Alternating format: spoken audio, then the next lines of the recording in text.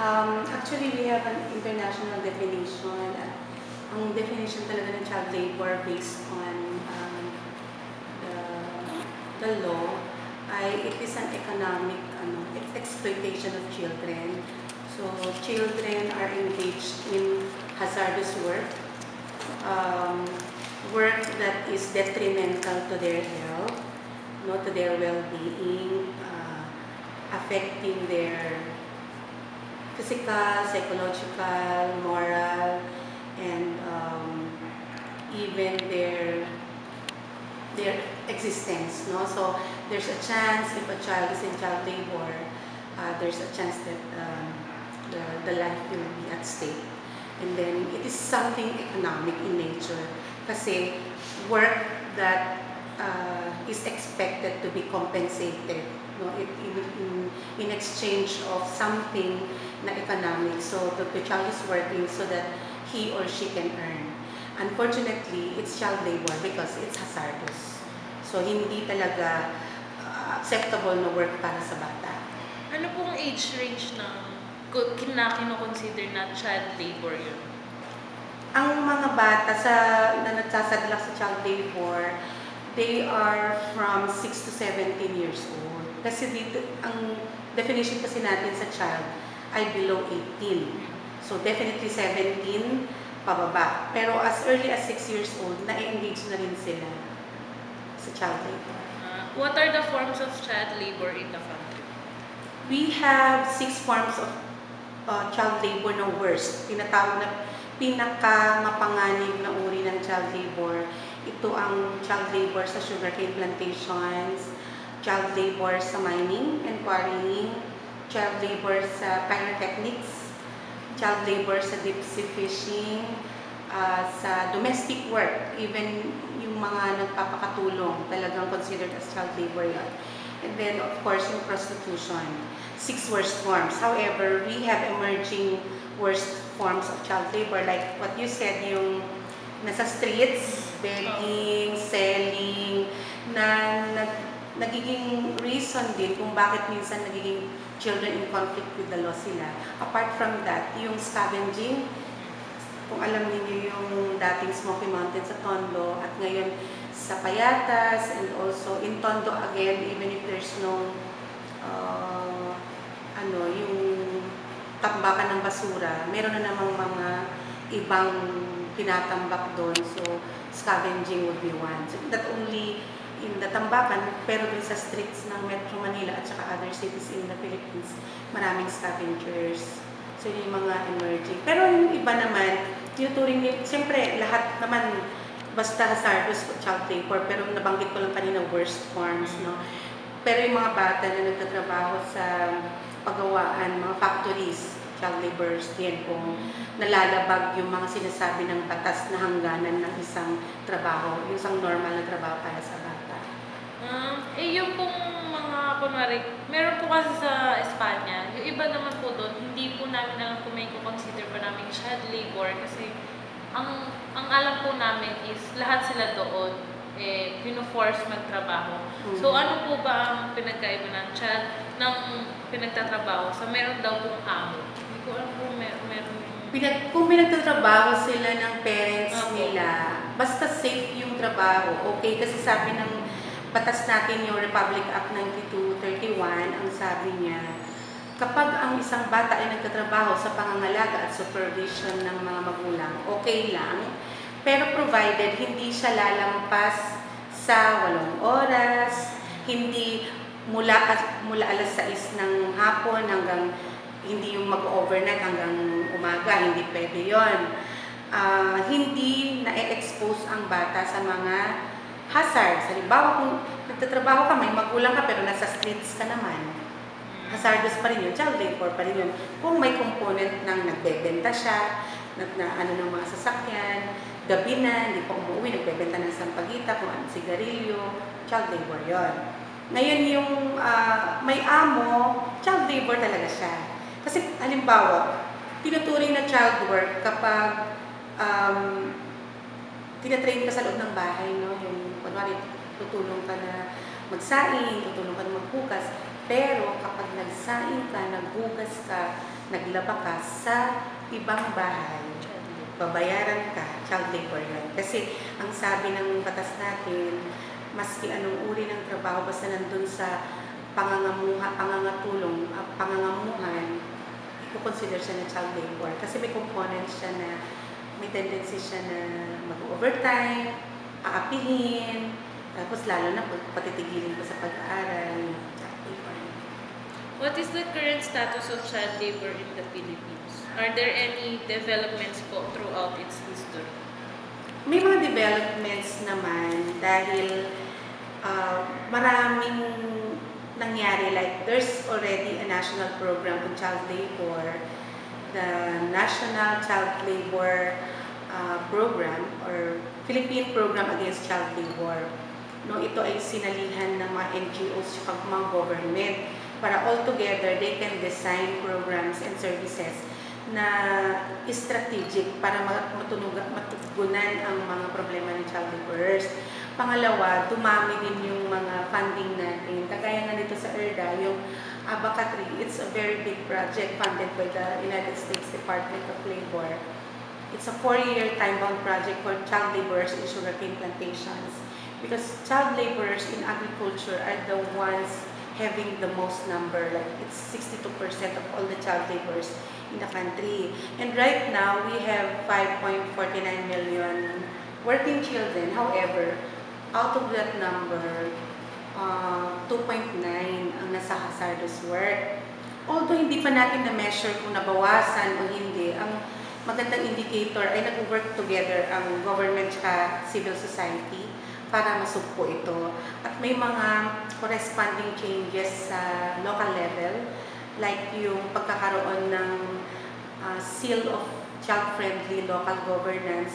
Dun sa child-friendly local governance na program, isa ang titignan nila na ang isang lugar, isang munisipyo, walang child labor. So, yung mga ganong klase ng programa, makakatulong para mapabago ang sitwasyon. Pero later, kailangan pa rin natin makita kung ano ba, nabawasan ba ang bilang. Kasi from 2001 na 4 million, nadagdagan noong 2011. Pero, incidents lang naman yung 5.49 million. Hindi pa naman tinignan kung anong uri ba ng child labor ang ginagawa ng mga bata. So, walang masyadong description, kaya tignan natin kasi mas marami ang pagtutulungan ng mga stakeholders. As of now, meron po do you have statistics po regarding child labor? Yun nga, yung ang mas maibibigay ko lang, yung nabanggit ko kanina ng 5.49 all over the Philippines na million, the biggest so far, kung ikumpara mo sa ibang uri ng mga bata na disadvantage. We have 2.9 million hazardous work. 62% are in sugarcane plantations. Halos magkapantay ang percentage ng female and male. Pag na-engage sila sa child labor, imagine kung halimbawa, ang example natin sa sugarcane plantations, umaga pa lang, mga as early as 6 a.m., magwi-weeding sila. So, they will go to the farm and to the plantation and they will be asked to weed for about half day. So, definitely kung morning yung schedule ng kulang pa yan, kung national level yung pag-uusapan. Pero kung ang pag-uusapan natin ay yung, halimbawa yung covered areas ng ERDA Foundation, of course, na-raise talaga yung level of awareness kasi meron naman tayong measure, meron tayong monitoring. May mga data gathering tayo para malaman kung mula nung umpisa ng project hanggang ngayon may nagbago ba. So may nagbabago. At makikita mo sa action ng mga tao. Kasi di ba pag naging aware ka, ang tendency mo mag-take ng action. Hindi ka magminigas kukor na, hindi ka magkikialam. So maraming mga pagbabago, maraming mga action na nangyayari, nakikialam yung mga tao sa community. So I would say na na-raise yung level of awareness nila. But in the Philippines, marami pang sectors na hindi pa nakakaalam. So dapat intensify pa yung campaign against child labor. What are the possible solutions to resolve the problem of child labor in the country? Number one would be the raising of the level of awareness of people about the issue of child labor, to accept child labor as a a big problem because in the Philippines, it is considered children who are working are considered as part of our culture. You go to the province, you can see children helping their parents, and most children, if they are asked what would be their, I don't know, their dream when they grow up, they would always say that to be like this so that I can help my parents. So, yung ganong klase ng kultura natin na hindi yung para sa sarili ko so that I can support my own children in the future. So, may na-ingrain na gano'n. So, let's break it. Kailangan makita na pag bata pa, may akmang trabaho para sa kanila, sa kanilang edad at sa kanilang physical na kakayahan, no? So, hindi pwedeng basta-basta nilang pagtatrabahuin dahil nakasanayan na. So, let's raise the level of awareness. And of course, pag na-raise yung level of awareness, mag-change yung attitude ng mga tao, ng mga parents, at hopefully yung mga members ng mga local government, then we can also provide assistance muna sa mga child laborers, then make it as stepping stone para ma-influence yung mga tao sa community na magtrabaho sila towards protecting their children. One way would be coming up with policies, mga ordinances na ipagbawal ang child labor o kaya yung edad ng tao na i-recruit para magtrabaho sa tubuhan, halimbawa, sana nag-18 na lang siya pataas. Huwag na yung 17 pang ba. Kasi mag-aaral pa yan. O kaya magkaroon ng ordinance na magkaroon ng punishment sa mga kukuha ng mga bata sa tubuhan. Pero mostly parents din yun. So, along that line, yung pwede sila magkaroon yan. So, binabanggit ko kanina, awareness, assistance ng mga NGOs and other agencies para matulungan child laborers, then come up with policies. Then of course, susuportahan yung national program. Always, yung participate. Kung halimbawa, ikaw NGO or member ka ng any group, look forward to participating in structures para ma-influence mo ano yung pwedeng magawa.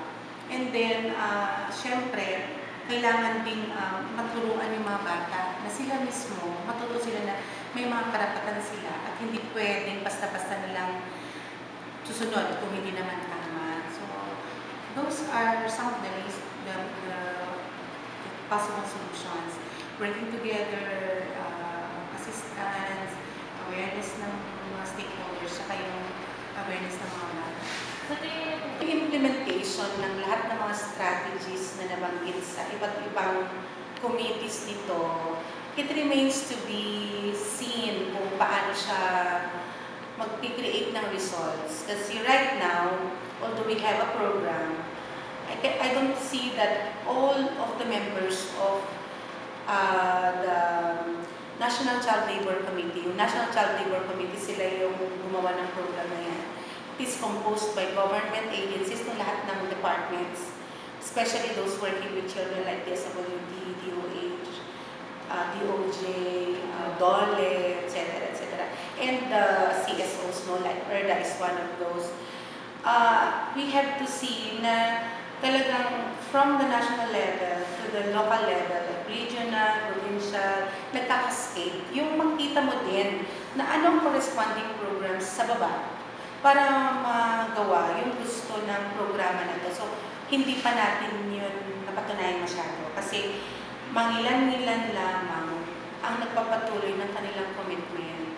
Halimbawa, sa committee ng Children's Access to Services, ilang members lang ang nagpatuloy sa kanilang programa. Halimbawa, sasabihin na, we can remove children, 800 children from child labor for 1 year. So, ilan lang nagpatuloy nun. Nagko-commit, pero hindi nagpo-follow through. So, yun talaga, yung pagiging seryoso ng mga tao na involved, tingnan pa muna natin. Hindi natin masasabi na gano'n na siya sa